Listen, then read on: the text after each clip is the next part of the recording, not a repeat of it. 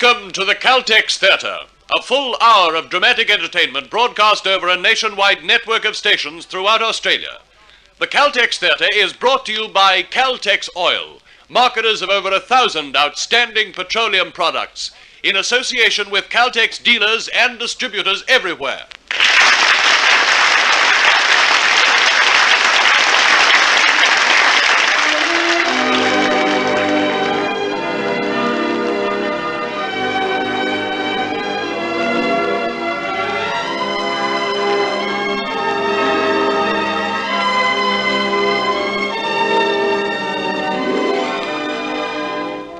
Tonight in the Caltex Theatre, you will hear a rib-tickling comedy, Both Ends Meet, the story of a witty review writer who, in a case of mixed identity, landed himself in as pretty a farce as ever he penned.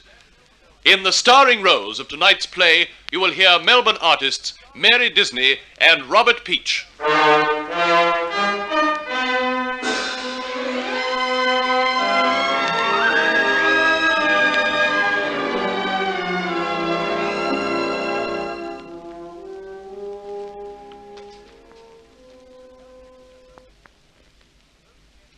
The Caltex Theatre presents Both Ends Meet, Act 1. Oh, dear.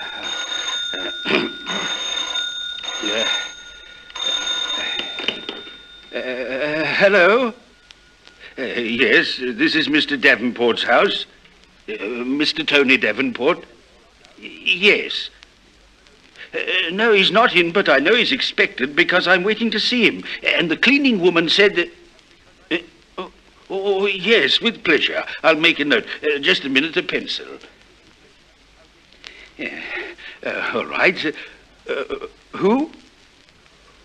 Well, this is an honor. I've had the pleasure of meeting you twice. Oh, but you wouldn't remember. It was a sort of business. So I didn't get the opportunity to say how much I enjoyed your performances on the stage. No, I'm not a friend of Mr. Davenport's. I'm just waiting for him. What? When I met you? Well, both times I was waiting at the stage door. Well, I am a fan, but actually, as I said, it was, business. Well, I don't expect you want to talk about it. Actually, I was doing what I'm doing now, waiting with one of those annoying bits of paper about income tax, a writ. Yes, that's right. Hello? Hello? She's hung up. What a pleasant room this is. Opens right onto the garden. Oh, roses. I must see what species they are. Rushing me off my feet, Margot. The filler will be hours late. I get to know a punctual newspaper man. Reporters are important, Tony. You need all the publicity you can get. And don't forget it's opening night tomorrow. Heavens, it's not the first review I've written. The first good one for 2 years. And if it's a success, we'll get married anyway. Look, he'll be here at any moment. You'd better pop up to your own flat. Oh, what on earth? Well, we don't want him to think things. Actress in writer's flat, etc. Oh, really, Tony? What the... Oh. Congratulations. You have an absolutely perfect maiden's flush. I've what? Your roses. Oh, your cleaning woman let me in to wait for you. I hope you don't mind. Mind? Of course not. You know Miss Ross? Margot Ross? Excuse me a minute while I put these things in the kitchen.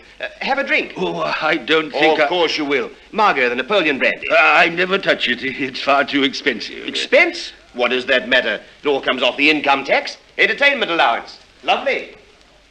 Large one? Thanks, no. Oh, perhaps a whiskey or a gin. Thanks, no. Not while I'm working. I suppose you have to be careful, people offering you drinks all day. I can't say they do. Oh, come now, all the ones I've met. You've had some of my colleagues to see you? Of course, lots of them. Oh, I'm so sorry. Why? They've always been most charming. Just because our job's unpleasant, it doesn't mean we're unpleasant. I wouldn't have thought newspaper work unpleasant. But I'm not a reporter. Oh, how stupid. Tony expected a reporter and we thought you were he. And what can he do for you? Pay his income tax. What? I'm sorry, this is most embarrassing, but I have a writ for him in my pocket. Oh, bang goes the wedding. Well, here we are. Looky. Champagne. Krug 45. Aunt Sophie sent me a case of it. It'll be the last one, though. Poor old dear died last week in Switzerland. Oh, Margot, you haven't given the press a drink. I couldn't find the hemlock. Oh, that's Margot, always joking. I don't think so, Mr. Davenport. Oh, but you must let me give you something. Anything. You don't know what you're saying, darling. Oh, yes, I do. Now, what do you have? £1,022 10 shillings, to be exact. Oh, what a lovely line. £1,022 10 shillings. I must use that. You've already used it. I'm Wilson, income tax inspector. Oh, no. And this is a writ for the amount. But I paid my tax. 2 years ago. How much did you say, Mr. Wilson? £1,022 10. But this is terrible. It's a distasteful business. I dislike it as much as you do. Well, surely I should have had some warning. You could have seen my accountant. I saw him yesterday. He told me you were abroad, in Venice. And you didn't believe him? Should I have? Well, What happens now? Mr. Davenport just settles up and everyone's happy. Except Mr. Davenport. Mr. Wilson, can you accept a check? Oh, yes. Then everything's all right. Margot. Everything's all right. Is it? I'll just make it out for you and you can sign it. All right, dear, if you say so. I'm so glad we've got this nicely settled. Sign it, Tony. There you are, Mr. Wilson. Thank you, and goodbye. Goodbye, Mr. Wilson, and do come again. Margot, are you mad? Goodbye, Mr. Wilson. Well, that got rid of him. Margot, what about the check? Next year's date. Such a silly mistake. Oh, you darling. But he'll be back. That's the way you'll go when he comes in the front. Uncle Tony, darling. Clarissa, in here, dear. Oh, it is good to see you. And Margot, darling. Clarissa, have a good time. Heavenly. Rome is fabulous. Why don't we live there? Yes, why not? In the ruins. Who's the old man I bumped into as I came in? Oh, he was just collecting money for some institution. Yes, the Government Bloodsuckers Institution. He looked a bit shady to me. I hope we didn't leave him alone with the silver. Mr. Wilson didn't leave with anything of value. Oh, good. I really must unpack. My things will be crushed to bits. Give me my news in a minute or two. I think I'll telephone Jimmy. What good is a solicitor now? He's always full of bright ideas when you don't need them. Let's see what happens when you do.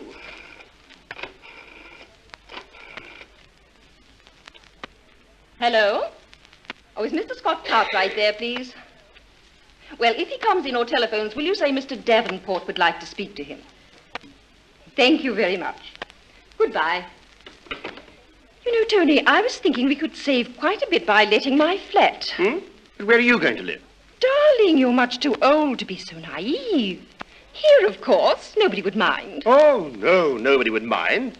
They think it very gay and jolly and great fun, but I love you. Well? Well, among other things, that means I respect you. And you will admit it would be madness to rush into marriage when I haven't a bean. Well, so what? We're going to be some time, and the only reason for not anticipating a happy moment before was Aunt Sophie and how shocked she'd be. I know, but... And that doesn't apply anymore. I like to respect her memory. Do you think she's left you anything? That huge house in Paris? Well, that was years ago. She's been living in Switzerland for ages. Well, then she must have been rich. And I was her favourite nephew. The favourite? As a matter of fact, the only nephew. Oh, what we could do with £5,000 or £10,000. Pay your income tax. Income tax? How I hate that William Pitt. Hate William Pitt? Yes, he invented it to pay for the wars with Napoleon. Then Sir Robert Peel revived it and also invented policemen to arrest you for not paying it. Uncle Tony, Margot, I've got some wonderful news for you. I met the mostest man in Rome. He wants to marry me, and I said yes. An Italian? No English. We came back together. His name's Edward Kinkerby. Just think, Mrs. Kinkerby. Isn't that wonderful? You must love him. No, just a moment. I don't know a thing about him. Oh, don't be stuffy, Tony. He's Edward Kinkerby. Well, after all, I am Clarissa's guardian as well as her uncle. What does your Edward do, Clarissa? Something to do with finance. Finance? A banker? An accountant, I think. He sounds very nice. Then I can marry him. He'll be around in a minute. He was just dropping his bags at his room in Ebury Street. This'll be him now. Oh, it might be Mr. Wilson. Tony doesn't want to see Mr. Wilson again. I'll look at the legs through the letterbox. Well, an accountant in the family. Very, very useful. Uncle Tony and Margot, this is Edward. Well, how do you Hello. do? I hope you don't mind me barging in like this. It was Clarissa's idea. No, not at all, not at all. Delighted. Do sit down. I hope it isn't too much of a surprise about Clarissa and me, Mr. Davenport. You are Mr. Davenport. Oh, Clarissa never introduces people properly. Edward Kinkaby, that's right, isn't it? Yes. Tony Davenport, Clarissa's guardian uncle. And Miss Margot Ross. I have a flat upstairs. Oh. Completely self-contained. Oh. We're engaged. We're going to be married. Oh, really? When? We haven't quite fixed the date. I only hope we won't be too old to get to the church. I'll go and make some coffee. Well, I expect you'd like to know something about me. Oh, no hurry. Excuse me. Hello. Oh, hello. Just a minute. It's my accountant. Clarissa, wouldn't you like to show Edward the garden? What for? Not for anything. I just thought he might like to see the garden. Come on, Edward. You're going to see the garden. Oh, right. Hello? Hello? Are you there? Oh, there you are. I haven't what? Oh, some oversight. I'll see to it. Yes, I know. £1,022. No, not 700. 1,020. What? 700 on top of the 1,022. Super tax? What do you mean super? Super what? Nothing super's happened to me for the past 4 years. Did I? When? 2 years ago. And that was super? Was it? But you can't expect me to remember things that happened 2 years ago. You know the trouble with those Inland Revenue boys? They live too much in the past.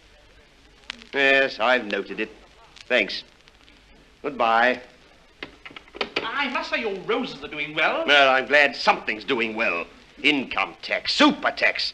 Oh, I hate those tax collectors. I'd like to take them by the throat one by one, and with schedules A, B, C, and D... Tony, will you come and see to the kitchen sink? It's choked. Of course it's choked like the rest of Britain, with rage, frustration, and income tax. Well, let's get to work on the sink first. I shall be delighted to join you in the kitchen, my love, where we can slowly but firmly put our heads in the oven. Oh, don't worry, children. It's an electric oven. Poor Uncle Tony. Anything to do with income tax sent him frantic. Clarissa, dear, I want you to know that the few weeks I've known you have been the happiest in my life. I've dreaded saying anything to spoil it. Nothing could, darling. There's something I can't keep from you any longer. You're not already married? Of course, with 9 children. Oh, darling, my heart nearly stopped. No, it's nothing like that. It's about the office. Yes, darling. You have an office at Westminster and you're an accountant. I didn't say I was an accountant. I work for the Commissioners of Inland Revenue. Oh, glory! Shut the door, quick! Well, this is worse than the 9 children. What are we going to do? Well, look here, I'm in a good, respectable position, good salary. Darling, the point is, how are we going to tell Uncle Tony? Drop it in casually. Oh, so simple, like saying, oh, by the way, I forgot to tell you, Edward is the public executioner. Why didn't you tell me before? Well, I was afraid you'd think of me as just that, the public executioner. I didn't say I thought you were. But people do. It's awful. Fellows out at school will avoid me. People point at me and mutter. Why, I'm a social pariah. Don't be silly, darling. But obviously we can't tell Uncle Tony yet. Oh, no. He'd throw me out of the place. We'll think up something later. Now, Edward, can I offer you a drink, or will you wait for the coffee? I'll have coffee, thanks. Right. So, you're an accountant, Interesting job. Enjoy it? He's very fond of it. Yes, I envy you. Every day thwarting those revenue boys, thinking up ways of doing them in the eye. I must finish my unpacking. Oh, can't I help? No, I shan't Oh. be long. Oh, careful, Clarissa. You nearly caught the tray. Oh, sorry, Margot. I'm just going to finish my unpacking. Cream, Edward.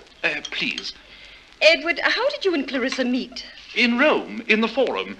She asked me which was the temple of the Vestal Virgins. How refreshingly original. She's been training to be a nurse, you know. We were worried she might marry a doctor. Oh, we've nothing against doctors, but it's the life. Well, there are compensations. Doctors can make quite a bit on the side. Oh? How do you mean? Asking for cash down so he doesn't have to show it in his returns. Oh, no. Well, it has been done, you know. But doctors are men of integrity. Doctors are men. And men, even men of integrity, are being driven by impossible demands to do dark deeds. But you know all about that in your business, Edward. Well, not really. Oh, you're just being tactful. Look, where does being honest get you? Look at me. I've declared every penny I've earned. Every expense I've claimed has been legitimate. And what's the result? I'm in the gutter. Well, everyone has a difficult time. You know, I mean- Difficult? In my profession, it's practically impossible. Look, can I say to Mr. Sylvester, he owns the theatres and puts on the shows, can I say, Mr. Sylvester, here are the review sketches, just leave a little something in cash on the desk. Can I do that? Edward could tell you how to do it. Do what? Cheat, swindle. He must know all sorts of artful legal ways of getting out of paying. If I may say so, I don't see how a swindle could be legal. No.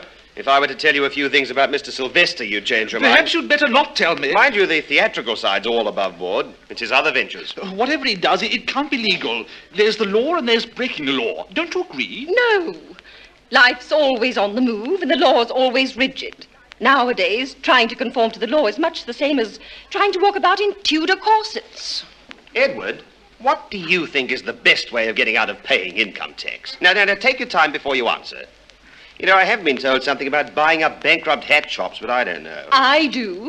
You're not buying any bankrupt hat shops. A, you've nothing to buy them with.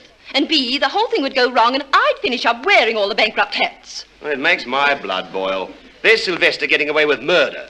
A chain of fish and chip shops all over Britain. Oh, very carefully in another name, of course. His name and profits carefully concealed. I don't and think those inland revenue half-wits will never catch him. Oh.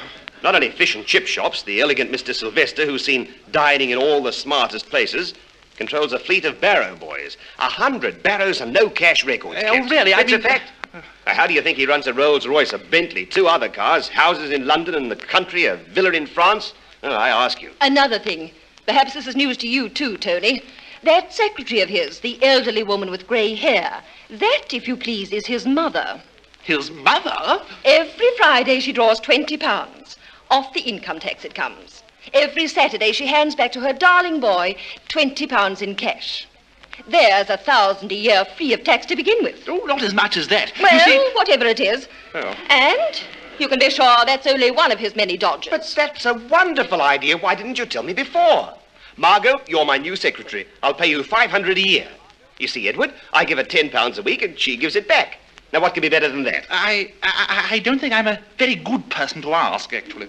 Well, you must admit it's simple. Well, not really. She'd have to pay on that 500. Typical. To pay tax on £500 I don't even get. Edward, come on, give me some helpful advice. You really want me to? Yes. Well, here it is. Pay up and smile. Is that the advice you give your clients? Oh, yes, definitely. Are you doing well? Yes. Amazing. After all, the country is going through difficult financial times. We're not out of the wood yet. Well, you why know. come out? I like the wood. It's nice and shady. Full of nice, shady people. Oh, you don't mean that. Of course, men like this Mr. Sylvester should be looked into, but well, on the whole, people are pretty honest, you know. Honest? The law won't allow you to be honest. Now, look at us. Margot would love a big church wedding, to walk down the aisle wearing a lovely white wedding dress and 2 pages. Not pages, Tony. Pages are always disaster. They either stand on the bride's train or lift it so high the guests think they're at the Folies Bergère. We won't have pages. No, we won't even have guests. What? Well, you know perfectly well we couldn't be married publicly. What do you mean? Edward, Margot and I are both wage earners. Now, if we marry, our incomes are added together and we're taxed even higher. Isn't that true? Oh, yes, oh, yes. See, Margot. But I've had an idea. I ran into a man I know the other day. He's now in the Merchant Navy, in a little coaling ship that sails all round Britain. But that isn't all. He's the captain. Now, he could marry us without anyone knowing. Now, here's my idea. We embark at Tilbury at night, we sail for Newcastle on time, and somewhere in the North Sea, between Tilbury and Newcastle, we are married. Nobody knows. You can move in and live here, and though the world may think what it will, we 4 will secretly know we're a respectable married couple. Of course, nobody must ever be told. If you're ever questioned, you must just say that we're simply very good friends. Oh, no. Now you've reached the peaks of madness. Well, the laws are mad, not me. To evade mad laws, one must do mad things. I am a woman. I want to be married in church wearing white. You say no. Because of the laws, that's to be given up. You are not going to wait in a morning coat for me to come down the aisle in white satin. No. In a coaling ship, somewhere off Clacton-on-Sea, you and I are to be brought before the captain on stretchers. Why on stretchers? Because we're in the North Sea and are both, if you remember, very poor sailors. There, in front of the captain, we two, miserable, seasick, and presumably covered in coal dust, are to be united forever in a furtive secret, unmatched since the marriage of Mary Queen of Scots and Lord Darnley. But, Margot... No, you can forget that. Definitely no. Well, I was only trying to see... Arthur! It might be Mr. Wilson. Clarissa will answer it, she knows. Jimmy Scott Cartwright, come in. How's things, Clarissa? Hello, Margot. Hello, Tony. Jimmy, I didn't mean you to come all this way. Oh, it's all right. I was in the neighborhood fixing up a nice, lucrative divorce. I telephoned the office and they gave me your message. Oh, Mr. Kinkerby, a friend of Clarissa's, Mr. Scott Cartwright. How do you do? How are you? Oh, sit down, Jimmy. This is all to do with finance, which is the reason why Tony wanted to see you. Edward, what is your room in Ebury Street like? Well, it's a room. Margot means, is it nice? No, Margot, it's a bit on the dingy side. Well, here's my idea. Tony has this house on a very long lease. I have the first floor flat. Clarissa has 2 rooms on the second. Now, unfortunately, Tony's old stick-in-the-mud accountants insist on including the rent I pay as part of Tony's income. Yes, well, of course, that's perfectly correct. You see, Correct it may be, but perfect it is not. Oh, no, indeed. Now, I'm a solicitor, Mr. Kinkerby, so I do know what I'm talking about. Now, the thing to do with a house like this is to let off every bit of it you don't need to friends. Friends who just quietly pay cash and no questions asked.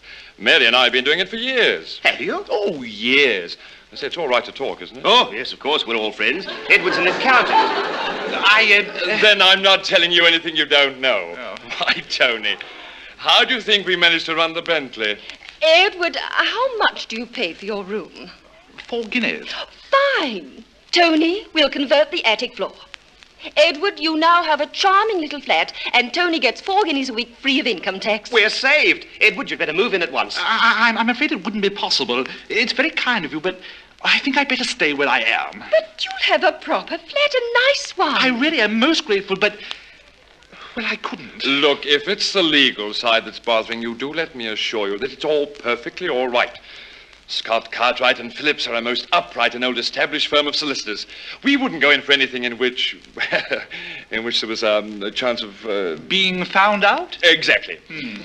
And I assure you, my partner, old Phillips, is doing much better than I am at this letting racket. He's got a huge house just near here, absolutely packed with friends. Well, let's think about it. But what's there to think about? Edward, you agree there's nothing wrong in diddling the income tax people? I don't agree at all. Edward, let's talk about it later. But you mean you think I'm wrong in offering you the flat? Since you ask... Edward! Since you ask, yes, I do. You'd get into the most serious trouble if you were found out. But it couldn't be found out. If by any chance any questions are asked, you're just a friend.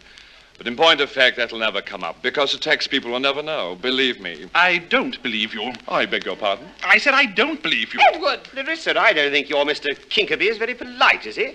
I offered him a flat free of income tax. Look here, Kinkerby, you say you don't believe me. I don't. Edward, let's go for a walk. You don't believe me in spite of the fact that I've been successfully operating this racket for years, making nearly $600 a year out of it? How much? 600. And the poor old tax collector hasn't the least idea, not a clue. And you don't believe me. I expect Edward thinks we're trying to palm off something rather nasty. The attic doesn't sound very attractive, but, Edward, I know when you see it. It isn't that at all. I'm sure it's very nice, but well, I can't have anything to do with an illegal arrangement. Can't you? No. I don't know about you, Clarissa, but I'm beginning to have grave doubts about Mr. Kinkerby. Well, I have no doubts whatever. You have grave doubts about me just because I won't break the law. Well, let me tell you... Let me tell you that I do not like being shouted I at. am not shouting. I'm simply trying to tell you... Grave doubts is what I said. Now, you want to marry Clarissa. I'm her guardian, and I wanted to marry a man who's likely to get somewhere. It seems to me that an accountant in the modern financial world... But I am not an accountant. And why did you say you were? He didn't. I did. I misunderstood. Well, Edward, what do you do? Please don't let's go into that now. I'm sorry, but I'd rather get things straight. No! What's the mystery? Are you in something disreputable? Not in the least. Quite the reverse. Edward, dear, listen to me. Be quiet, Clarissa. What? Be quiet! Oh, full of old world charm. Really, you arrive at my house for the first time, you shout at me, you insult my niece. I hope this will be a lesson to you, Clarissa, to think twice before picking up strange young men when you're abroad. Because I can assure you I'd think a great many times before agreeing to your engagement to Mr. Kinkerby. That's unfair. I don't like his manners, and I wish he'd now go away. I shall be glad to. Oh, Edward! Edward! Oh, I should just let him go, darling. He's a very ill-bred young man. He isn't. It's not his fault. You put him in a terrible position. I put him in a terrible position? What are you talking about? It was so embarrassing for him. What was? It's not his fault I thought he was an accountant. Nobody said it was, darling, but you must agree. I don't agree. It's his work. Look, perhaps you'd explain. What is his work? What does he do? He works in an office. Well, go on. He works in an office. In an office of the Commissioners of Inland Revenue. What? The Commissioners of Inland Revenue. You mean he's one of them? Yes. And you brought him here, right into the bosom of your family? But I didn't know. And we treated him just like one of us. Oh, an income tax official as a nephew-in-law. I'd never have been able to raise my head again. Tony, and I told him about my 600 a year from lettings. Good heavens, I tried to let him a flat on the side. I told him about Sylvester, the fish and chip shops. Phillips and his letting racket. The Barrows. And Sylvester's mother. Oh, Clarissa, you've got to get him back. Edward? You've got to get him back. If I do get him back, can I marry him? What do you mean, can you marry him? You've got to marry him.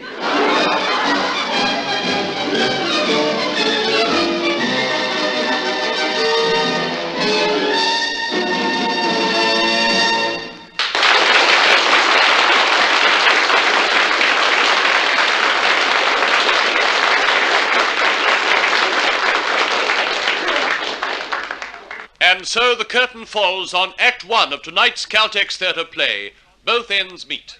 Next time you fill your tank with gasoline, fill up with new power, new performance, new economy. Fill up with Caltex Butane Boosted Gasoline. That's the gasoline made to take better care of your car's performance. Designed for today's faster pace. Caltex Butane Boosted Gasoline at the sign of the Caltex Star, where we take better care of your car.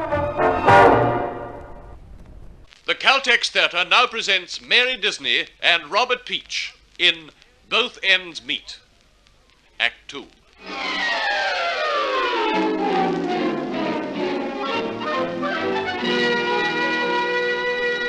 What time is it, Margot? Oh, nearly 3 o'clock. Do you think Clarissa's found Edward, but he won't come? Why should he come back? We all insulted him. What are we going to do? We still haven't worked out any proper plan of campaign. We shall have to emigrate, Tony. America. That's it.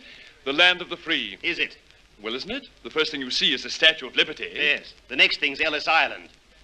A friend of mine was very successful as an Indian fakir. When his creditors finally caught him somewhere near Calcutta and asked him when he was going to pay up, he smiled sweetly and put his finger to his lips. He'd taken a vow of silence. Well, Jimmy, what are we going to say to him? Say to who? To Edward. I'm wondering what I'm going to say to old Phillips. Well, old Phillips doesn't matter. Doesn't matter. After all I told your chum about him. I mean, it doesn't matter now. Have you ever seen old Phillips? Silver hair, skin like parchment, always wears a stock. The most respectable old man in the city. Well, as it turns out, he's not all that respectable, is he? So a spell in Dartmoor will do him good. Put some colour into those parchment cheeks. Oh, don't. Well, you'll probably be in the dock with him. Don't worry. He'll engage the best counsel in Britain. That's what worries me. The best counsel, the only man for the job, wouldn't touch it. Why not? Well, I've good reason to suppose he's operating the room-letting racket himself. You know, from a nation of shopkeepers, we seem to have turned into a hive of landladies. Will you two stop panicking? I told him twice about my 600 a year. How can I tell Mary life is nicer without a Bentley? Later, we were going to sell it and send young Jimmy to Cambridge to read law. No chance of that now. Probably just as well.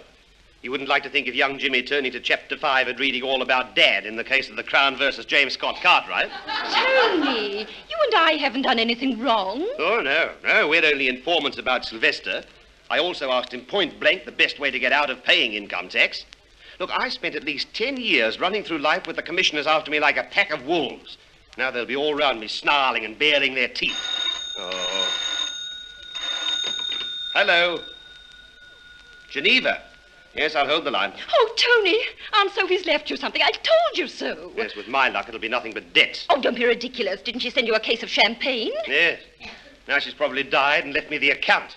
Don't commit yourself. Don't Right. commit yourself. Hello? Oh, allô, j'écoute. Je ne quitte pas. Allô? Non, Monsieur Davenport n'est pas là. Il est parti. What did you say, Jimmy? He said he's gone out. But I want to know what it's about. Tell them to get onto the office. They can deal with it. Yes, good idea. Écoutez, voulez-vous téléphoner numéro... what is it, Jimmy? City 1111. C'était... Oh, heavens, now she's talking German. Haben Sie gut... Oh, are you English? Oh, beg your pardon. Now, will you put this call through to City 1111? Ask for Mr. Phillips. Thank you. Oh, really, Tony? How ridiculous. I don't think so. Look, once they got hold of me... Come on, steady on, you two. If it was anything important, Tony would have heard of it days ago. That was probably to tell him of some small bequest. You can't know that. Pardon me, but I can. You'll find she's left you possibly a few books or some linen or perhaps some small piece of china. China. Of course, there may be funeral expenses. Jimmy, couldn't it possibly be something exciting? I'm afraid not. Oh, well. Tony, what was Aunt Sophie like? Well, I only met her once. I was still at school. My father took me to see her in Paris. I remember her as a magical sort of person. Very beautiful, very gentle. She had the most graceful manners. I loved her. I remember the Duchesse de Guermantes had been to tea with her the day before. It all sounded too wonderful for words. Well, I must be getting back to my office. I'll keep in touch. It's all right, Jimmy. Thanks for coming round. I'm sorry I did. No, don't get up. I left myself out. Bye-bye. Bye, Jimmy. Oh, you never know, Tony. She might have left something. You heard Jimmy. Probably china. Well, old china can be valuable. I'll get it. Remember Mr. Wilson? Of course. Is Mr. Davenport in? Oh, well, Could I see him? Traherne's the name, Sir George Traherne. Oh, do come in. Tony, Sir George Traherne. Sir George, Mr. Davenport. Good evening. I hope you'll forgive this intrusion. Yes? I am an old friend of your Aunt Sophie. Oh, how nice. Dear Sophie, radiant, unforgettable. Yes, I was greatly saddened to hear the news. I had occasion to telephone Geneva. I spoke to her solicitors. What's their name? I'm afraid I don't know. Oh, haven't they been in touch with you? No, not personally. Then you don't know the terms of the will? Oh, is there some trouble? Oh, no, good heavens, no. It's just that dear Sophie has been kind enough to mention me. How does she put it? I trust my nephew will give to my old friend Sir George Traherne some remembrance of young, happy days. Oh, well, of course, Sir George. I'll only be too pleased. Tony will find you something personal of hers. Some books. It's all a piece of china. I don't think that's quite what she meant. Well, you must tell us quite frankly exactly what you would like. Oh, how kind you are. Well, I have come here on a delicate mission. Delicate mission, Sir George? A delicate mission, that's what we used to call it. I was in the diplomatic service, attaché in Paris and so on. That's where I first met Sophie. She was living in a most unpleasant little flat. Shortly afterwards, she moved to a delightful house just off the Champs-Élysées. What happened between the unpleasant flat and the delightful house? Sophie and I met on the stairs of the embassy at a reception. Yes? That's all. It hardly explains the move, does it? One's fortunes don't change just because you meet someone on a staircase. Depends who you meet. I was an extremely wealthy young man. I beg your pardon. Oh, don't misunderstand me. We fell head over heels in love. And you set her up in the delightful house? Naturally. The whole thing was done openly? The whole thing was done quietly. I was in the diplomatic. And just what is your delicate mission on this occasion? I once gave Sophie a little something. I can't conceal from you that it would be nice if you... how shall I put it? Returned a little something? Precisely. How much was it? 10,000 pounds. 10,000? Good heavens! Excuse me. Hello? Oh, hello, Jimmy. Aunt Sophie? Yes. How much? Oh, Jimmy, this is no time for joking. Seriously? 120,000 pounds. Good Lord. What's that? No snags. That's what you think. Thank you for ringing. Goodbye. I couldn't help but overhear. You're a very fortunate young man. But I don't understand it. If you only gave Aunt Sophie 10,000, where did the other 110 come from? Well, I think it's plain that she did invest her money wisely. She had a great friend on the Paris bourse, another who was a banker, another in the champagne business. They would have given her excellent advice. Nothing more? No more 10,000s? Oh, good heavens, no. I was the only man your aunt ever cared tuppence for. Oh, now who on earth can that be? I'll answer it. This place has been like Victoria Station today. Mr. Davenport. I'm an old friend of his Aunt Lord Minster. Oh, come in. Thank you. Another old friend of Aunt Sophie's, Lord Minster. Mr. Davenport. Well, forgive my intruding, Davenport, but I was nearby. Why, George Strahan! Dickie! I'd no idea you were in London. Such sad news about Sophie. We all knew one another in Paris, Davenport, at the embassy. Good old George, a few years older, but still able to get about her. Really, Dickie, that juvenile manner of yours ill becomes a man well over 60. Well, I'm sorry, George, but I just grow younger every year. You're going to be most embarrassing at 80. As grumpy as ever. Come and dine with me. I'm dining at Vicky Hollander's. Well, so am I. I'll give you a lift. I felt I had to stop by and say hello to Sophie's nephew. I say, Davenport, I'd no idea she had so much money.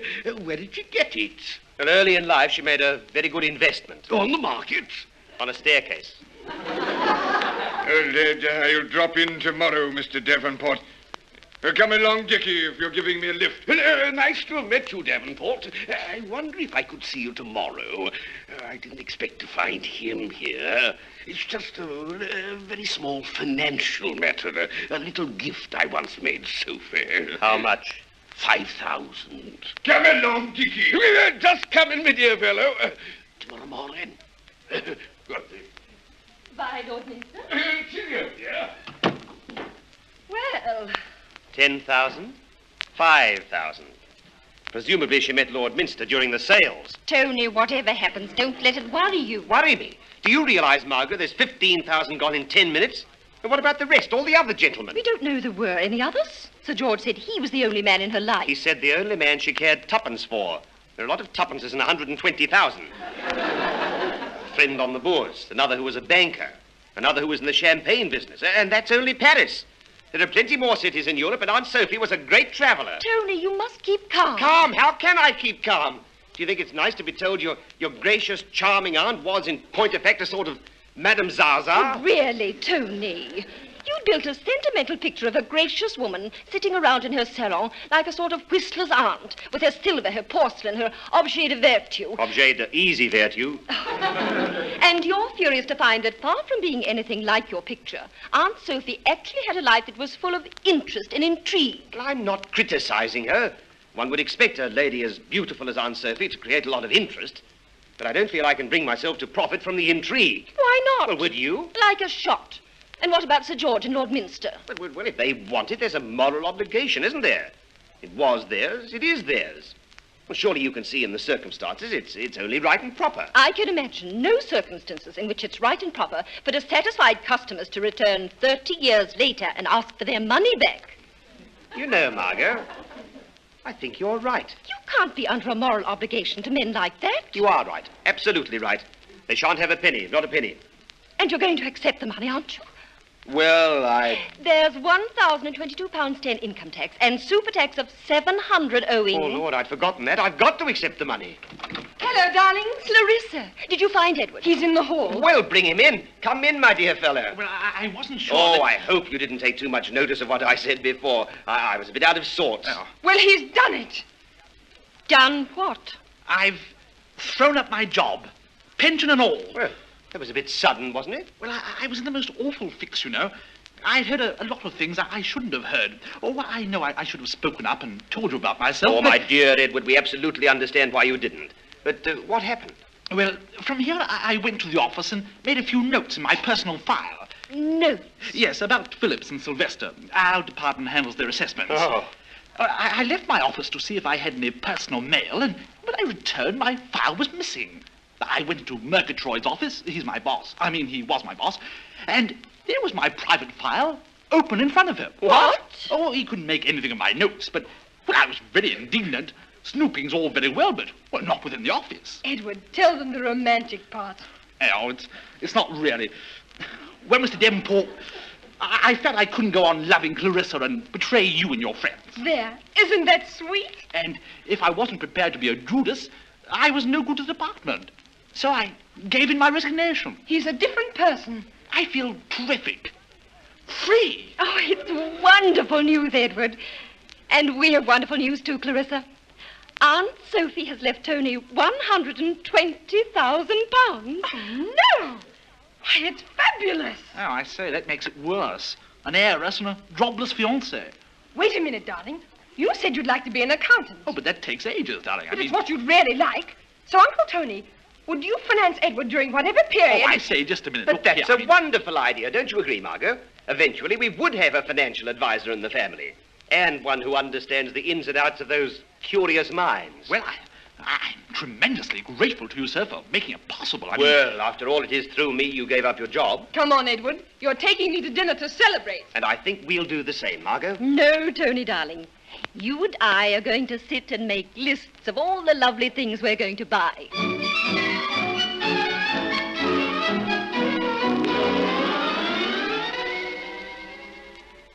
More coffee, Tony? Yes, please, my dear. Oh, that'll be Jimmy. I asked him to come early this morning before the nobility arrived. I let him in. Hello. Good morning. It's Jimmy and Edward, Margot. Yes, we met on the hello. doorstep, you know. I must say, it gave me quite a turn until I remembered you were on our side. Edward, let me congratulate you. Oh, thanks. How did you know? Well, Tony phoned me last night with all the news. Any sign of them yet, Tony? Not yet. Where's Clarissa, Margot? Your celebration dinner, young man, apparently lasted until 5 a.m. in some nightclub. Oh, well, we did make quite a night of it, actually. Well, she's got to get some sleep or you'll be marrying an old hag. Oh, this will be one of them now. I'll answer it. Jimmy, if there's any argument, you'll back me up, won't you? Of course, not a penny. Good morning. Well, I just thought I'd look in at... Oh. The whole thing has been discussed quite openly, so I assure you there's nothing to be embarrassed about. Oh, well, in that case, you're quite right, of course. The only real embarrassment was walking in here last night and finding George. Well, after all these years, it'd be a shame if he found out about myself and Sophie. Lord Minster, I am Mr. Davenport's solicitor. Have you any proof about this £5,000? Oh, my dear fellow, you're not going to drag this into court. Well, if you... Well, funnily enough, I kept a letter from her.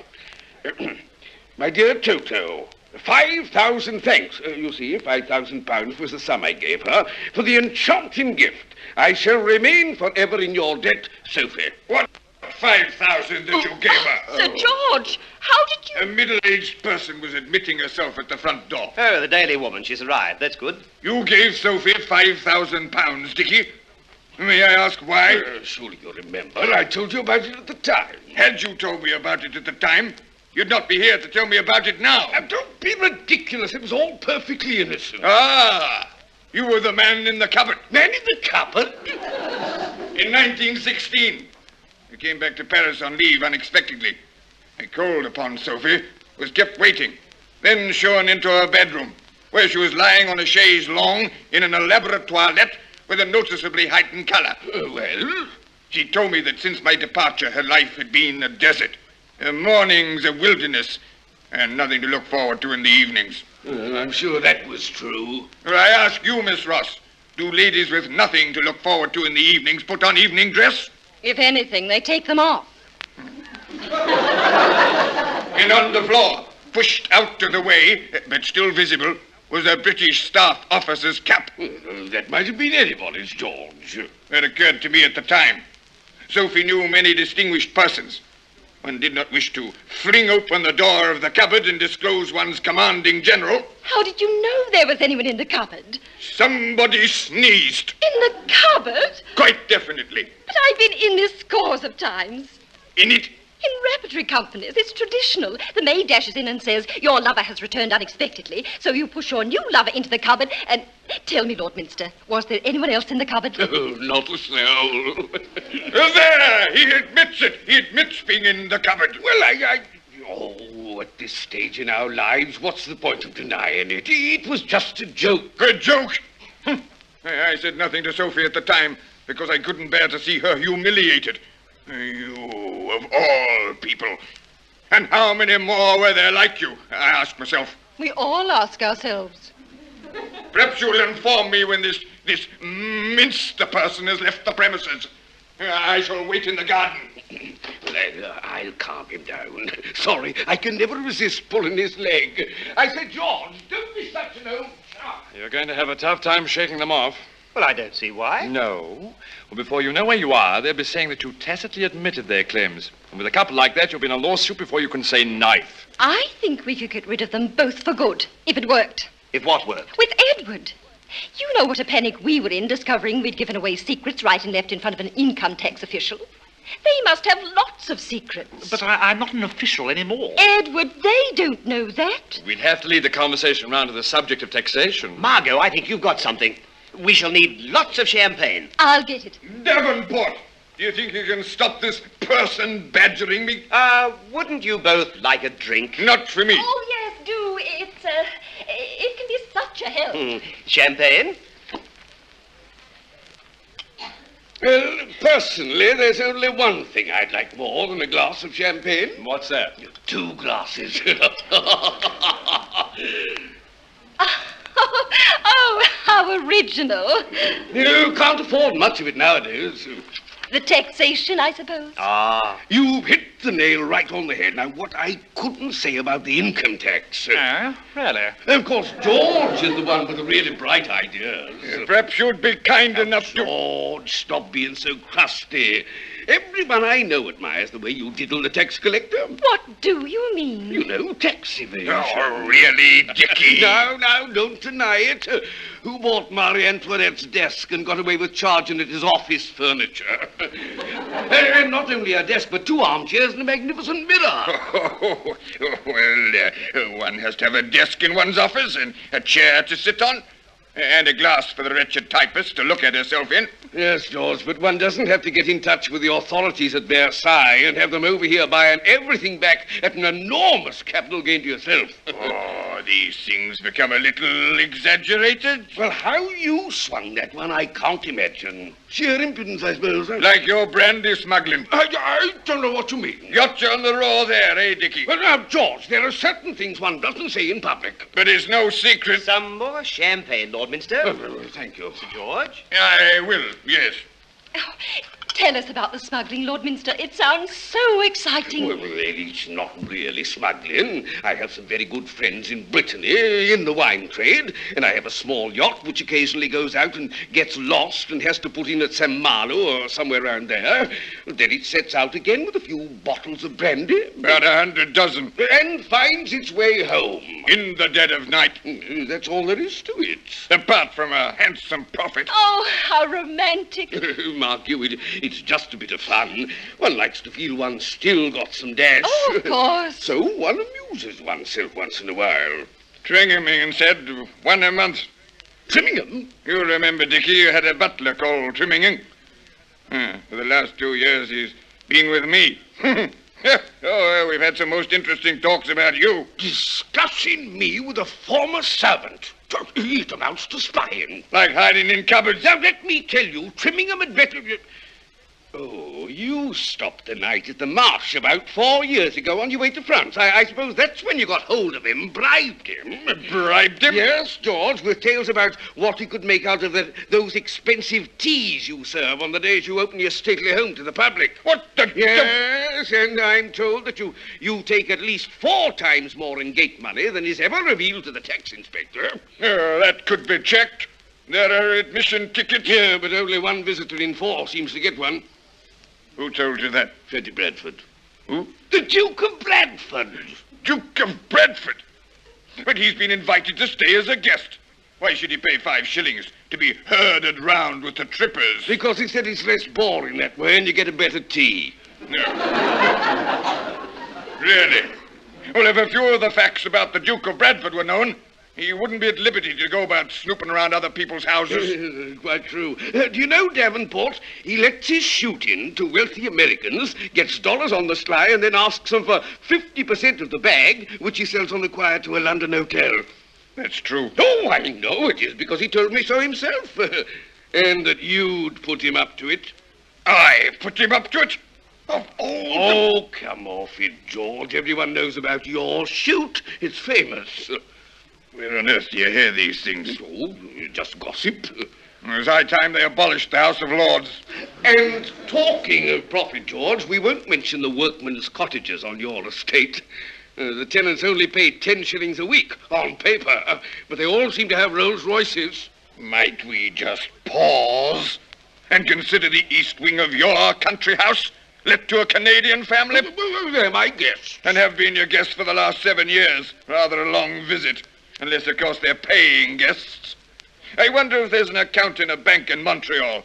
Not, of course, in the name of Lord Minster. I've never been to Canada. But you go to New York where Canadian dollars are so useful. George, I think you've said enough. He has.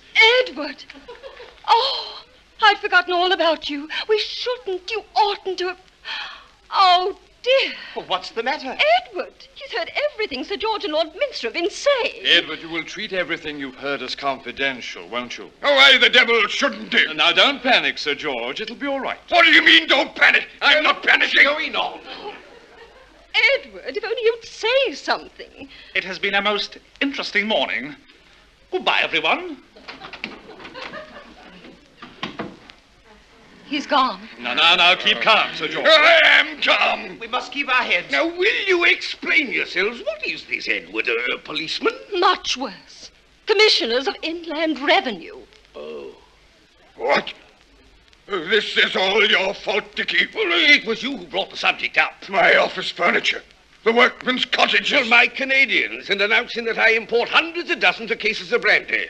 Oh, we've got to think quickly, or we'll have the tax people down on us. Of course, I know your financial skies are rosy. Not so rosy now you filled them with vultures.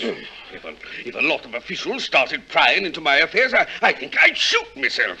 What would you do, Torch? I'd shoot the officials. I think I can get you out of this trouble if in return you'll do something for me. Oh, anything. My dear fellow. Now, that young man's going to marry Mr. Davenport's niece. And if he feels morally obligated not to remember the unfortunate things you both quite accidentally revealed, Mr. Davenport might feel morally obliged to support his future nephew. So, don't you agree you'd be wiser to forget your claim? I'm prepared to waive any claim, if you can assure me that our indiscretions are forgotten. And you, Lord Minster? Oh, yes, of course. Then may I have the letters? Thank you. I can assure you that everything will be all right. Well, I hope you won't mind if I run along. Oh, not at all, Lord Minster. I must be going too. Can you give me a lift, Dickie? Well, of course, George. Goodbye. Goodbye. I'll see you to the door. Well, we got out of that. I'm off too, Tony. Oh, Master Jimmy, well, thanks for your help. I'd bill you, but I don't know how to charge for nervous wear and tear. Cheerio. Oh, look who's arrived, Mr. Wilson. I'm so sorry having to come back like this. It's just that you made a little mistake. With the date, I know. It wasn't really a business call. I read about your good fortune in the papers. Congratulations. I suppose you're going to get married now. Yes. Well, I don't know. Mr. Wilson, isn't it true with a joint income and all this extra money, it's almost impossible? You mean yesterday you were too poor to get married, and today you're too rich? Yes. Now, listen, if you Darling, don't get overexcited. You never wanted to marry me. Why weren't you honest? Why didn't you explain what you really wanted was an unpaid cook housekeeper? I'm only thinking what's best for both of us. I wouldn't marry you. No, you don't mean that. You may seem worse off when you work it out on paper, but there's a lot more to money than mathematics. You go ahead and get married. I can tell you lots of little ways and means of getting along. Don't invest the money. Use it as capital. Buy a country place. Claim on this house as an office. Buy a farm. Make yourself into a company or a series of companies. There's 101 lovely little dodgers I could put you up to. Mr. Wilson, you're the man I've been looking for. 20 years with income tax, you get to know a thing or two. Tony, you wanted a financial genius. Yes. You found him. Mr. Wilson, I only wish there was something we could do for you in return. Well, there's really nothing I want. The only thing I really want is a flat, and no one can find that. A flat? Tony, the attic flat. 2 rooms, kitchen and bath? You don't mean it. We do mean it. I couldn't afford much. That doesn't matter. But what I could afford, Yes? you'd get free of income tax. It's a deal. We'll drink to it. Oh. Hello? Oh, no. It's not possible. What is it? The Inland Revenue. The Inland Revenue want to speak to me about death duties. I'll deal with them. What? I know that department. I'll fix them. Hello. My financial advisor will ring you in the morning. Margot, to our new financial advisor. We drink to you. We drink to everyone. Edward and Clarissa. Sir George and Lord Minster. Aunt Sophie. And, of course, The Commissioners of Inland Revenue.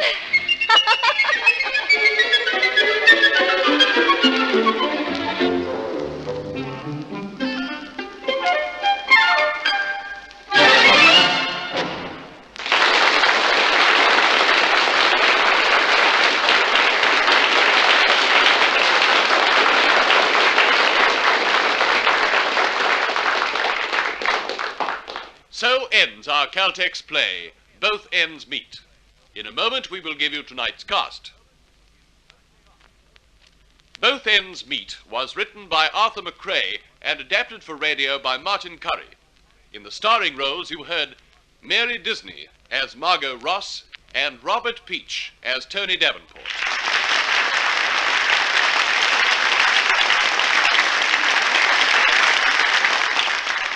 The supporting cast was as follows: Clarissa, Bernadette Russell, Edward Kirby, Noel Ferrier, Mr. Wilson, John Morgan, Jimmy Scott Cartwright, John Edmund, Sir George Traherne, Williams Lloyd, Lord Minster, Douglas Kelly.